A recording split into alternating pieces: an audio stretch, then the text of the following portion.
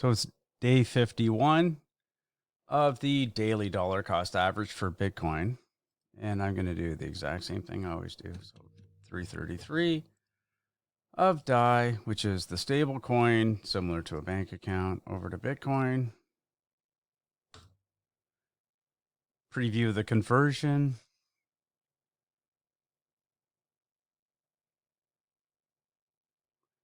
And it's done. So we'll go take a look at the portfolio, see where I'm at right now. Okay, so with the latest Bitcoin thing that I just did, 0.297, almost 30% of a Bitcoin. Cardano have 3,400, Chainlink almost 1,900, Cosmos 1,200 and change. Algorand's actually doing pretty good right now, 765. So on and so forth. So there you go. That's what it looks like right now. And I know it doesn't look like I'm not really making much. I get it. That's not the point, though. The point is you want to mitigate risk and increase your alpha.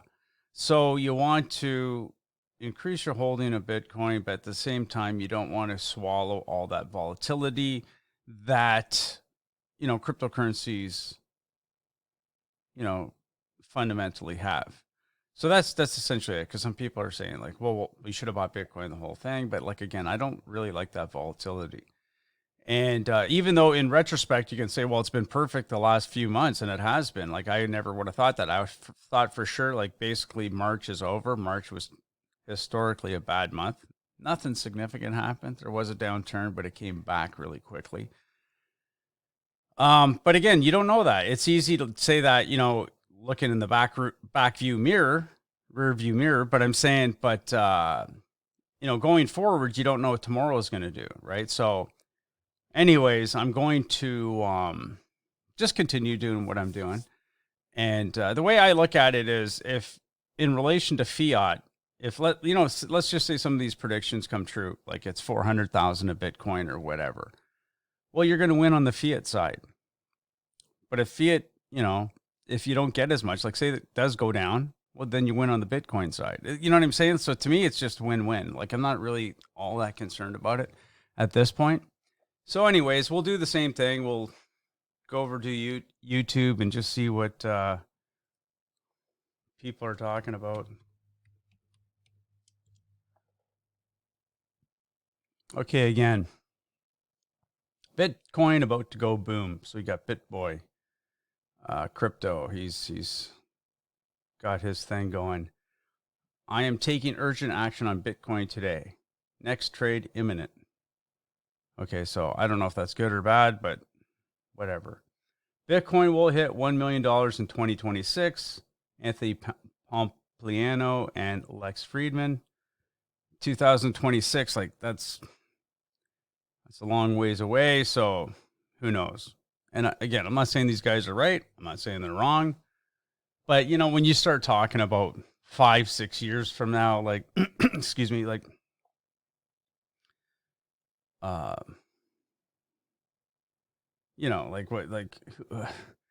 who's ever going to call you on that? Because you have things like this happening every day. Who's going to remember what this guy said 5 years ago? Apple and Tesla to buy 100 billion in Bitcoin. Michael Saylor, Bitcoin price prediction. Apple and Tesla to buy 100 billion in Bitcoin. And again, the famous question mark, right? That's how you cover yourself. Michael Saylor, Bitcoin price prediction. Michael Saylor discusses Bitcoin. Why, blah, blah, blah. So we could watch, we haven't watched this Wealth Gems. I've never heard of this before. So we could hear what this person has to say. Because like I said, I always say the same thing. Hear different people's point of view. I'm not saying I believe in it, but there's people with such nuanced information that, and again, this is the beauty of living in the time we're living in. You can get so many different people's point of view, and, like it's incredible. Like, just the sheer amount of information you can get from all these different people. I just find it amazing, like how much you can learn from people. Cause I'm learning so much just about all the altcoins and what they're doing. And like I said, during the tech boom, it wasn't just Apple that made money or whoever. Like there were tons of companies that made money, like Red Hat. People became mega millionaires from Red Hat. I can't remember there was another one. I remember people just made millions. Yahoo. Yeah. People became mega millionaires from Yahoo. There's all kinds of things. So don't think that it's just Bitcoin and that's it. Like there's all kinds of things that can, go up and so on and so forth. But, okay, so I'm just reading this one here. So Bitcoin ordinary bull market equals 300,000. Bitcoin super cycle 1 million. Which one is it? And again, it always comes down to, see where it says right here, this time is different. People always say that this time it's different. Like, cause this time we got all the, the institutional money in there. So it's different, so like whatever could be true. But anyways, who was the guy that I wanted to see? Not okay. I'll see it later.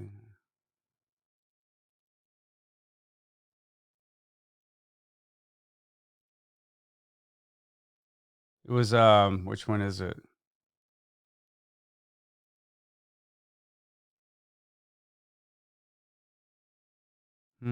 I'm not sure. I can't remember which one I wanted to see. I said, "Oh, this one looks good," but I'm just going down here right now.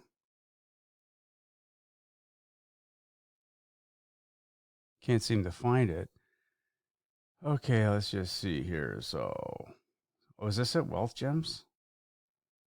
Oh no. I think it was Gem something. Let me just see here. I can't find it. But I don't trust this guy. But anyways, I think it was something Gem. But anyways, I want to see it for sure because it caught my interest. I just can't find it. So something Gem. Okay, so let's just see here. It must have yeah, here it is. Wealth Gems. Okay, Apple and Tesla to buy 100 billion Bitcoin. So I don't know. I don't know if I want to watch this one now. Because it's always like anything with Michael Saylor, like, and don't get me wrong, I'm not saying he's wrong, but he's so biased towards Bitcoin. Like, you know what he's gonna say, right? Um, like this thing, Michael Saylor, can Bitcoin be replaced or fail? Obviously, he's gonna say, "Oh, it can't be replaced. It's perfect." You know what I mean? Like, it's always gonna be one side, right? I like to hear different points of view. But this thing here, the Cardano. Okay, again, I'm just reading the headlines, and I think you watched a bit of this. It says Cardano, could $719 ADA make you a millionaire realistically?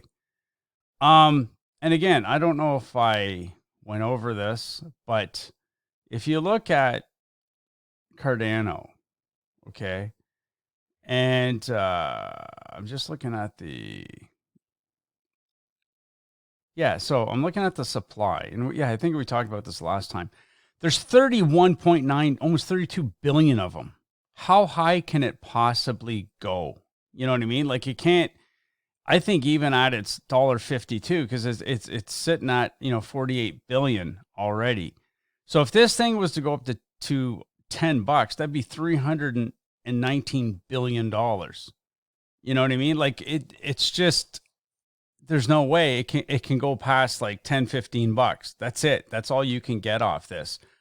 Unless they start burning their supply. Cause we went through this last time, is that I think there's like 300 and some odd billion in cash in the world. So unless everybody converts everything over to Cardano, like it'll never be over like $50. It's like impossible.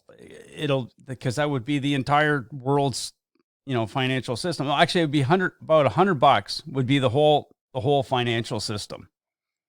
And there's no way, like, I can't see it. Like, whatever. But I mean, you got to really look on the supply and then look at what the existing money, like the current fiat money supply is, and then make some sort of a, correlation. Okay. If this was to replace fiat, and it would have to replace every fiat for it to go to $100. Do you think that's likely? I don't think so. So this I might like if there's a sudden surge, like if this goes up to like $3, I'll probably just dump it because I don't see any potential in this. Just from a very macro point of view, because they've issued so much. This is like XRP. XRP is ridiculous how much supply they have. And this is what concerns me right here. The circulating supply of Cardano. There's way too much of it out there. And I don't think they burned it. They should. Maybe they might, but I don't know. But I don't see them doing it. And but anyways, well, that's like I'm not going to dump it now, but I think if it, and I shouldn't, I should have been more thorough, but I was like more looking at other things. But this thing here, yeah, if this goes up to like over $2, I'm going to dump it. But like if you look at Chainlink, and I think we were looking at this before, Chainlink, it only has 416 million of them. That's it. Like that's a relatively small supply. So you have upward potential as far as a market cap is concerned, because you don't want something like, you got to look at Bitcoin. There's only 16 million, or I think 18 million or 16.5 million that are actually in use, because they're saying some of them are gone and no one knows where they are. But yeah, Chainlink looks, reasonable as far as the supply. And if you look at Cosmos, if you go over to the overview of Cosmos, its circulating supply is only 212 million. That I think has upward mobility. At only $5.2 billion market cap, even if this went up to $50 or whatever, it's still only be a $10 billion market cap. That's relatively small in relation to, the overall aggregate of all the fiat currencies in the world. That's not outrageous, right?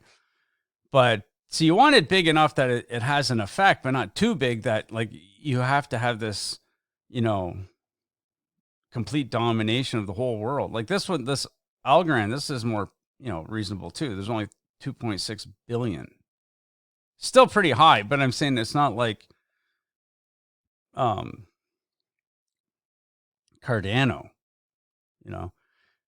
So 2.6 for Algorand, and Cardano supply is 31 billion. Like it's 15 times more supply. So like I just find this upward trend is going to be difficult, just because plain and simple they have too many of them. And somebody was saying, "Oh, you don't understand money supply." Yeah, I do understand money supply. If this were to go to $100, for this to go to $100, that would mean that everybody in the world would be using this currency and this currency alone. And do you actually think that's going to happen? Maybe it might. I don't know. I can't predict the future. I would say it's highly unlikely. But that's what would need to happen. So anyways, I guess we'll just watch this guy, hear what he has to say. Welcome to BitBoy Crypto, the largest crypto channel in all the interwebs, the only channel in the history of cryptocurrency to reach 700,000 subscribers. Thank you so much to everyone for that, of course. My name is Ben. Every day on this channel, I show you how to make money in cryptocurrency. If you like money in crypto, make sure to go ahead and hit that subscribe button. We're out driving today on a rainy day, getting ready for some kids' baseball games. Hopefully we're going to get those in before the rain happens. And, I'm just thinking about Bitcoin today. And I'm thinking about what happened this last week. And I'm thinking about when I used to make videos a long time ago and wear backwards hats. I don't know if I'm going to do that again. But the point is, I was really reluctant on this week. And here's the thing. I think that with Bitcoin, first of all, I'm going to be telling you my exact moves I'm trying to make right now, but I want to tell you guys something that I believe is a very important lesson, one of the most important lessons that we can learn from what happened this week. Because you start to see things in cryptocurrency and they're cyclical. We talk about it all the time. The futures contracts expired yesterday. Now, a lot of us were really looking at, now let's go back a little bit. It wasn't just the futures contracts. It was the last Friday of the month, you get the monthly futures contracts close, but it was also the close of Q1, quarter one for this year, which is very important. Every month, at the end of the month, we see drops. We've seen it 3 months in a row. You can actually go back to November, and in November we had a large drop as well. And in December we did have a large drop right before Christmas, and then it bounced back, of course, very quickly by the end of the month. But you could argue that for 5 months in a row that we've seen drops at the end of the month. Now, it doesn't have to be on the 29th, 30th, 31st. It just has to do with the last Friday of the month, whenever that is. So what we were kind of anticipating is we were anticipating the price of Bitcoin to rise leading up to the expiration of those futures contracts, which would have been yesterday at, I believe, 4:30 Central Standard Time or 5:30 Central Standard Time, because the main close is the CME, it's Chicago Mercantile Exchange, so it's on Central Time. That was a long way to say that. But the thing is what actually happened when they expired? Absolutely nothing. The price actually went up. I got a little freaked out on a trade I was in yesterday. I was in a trade and I was doing really well. I've almost recovered all my losses from this week. And Crypto Face was going live on air saying he was hunting for a short. And I got nervous. Crypto Face, you cost me a bunch of money. But so I said, you know what, I'm just gonna go ahead and close this trade. I was way in the profit, and so I closed it, and that was good.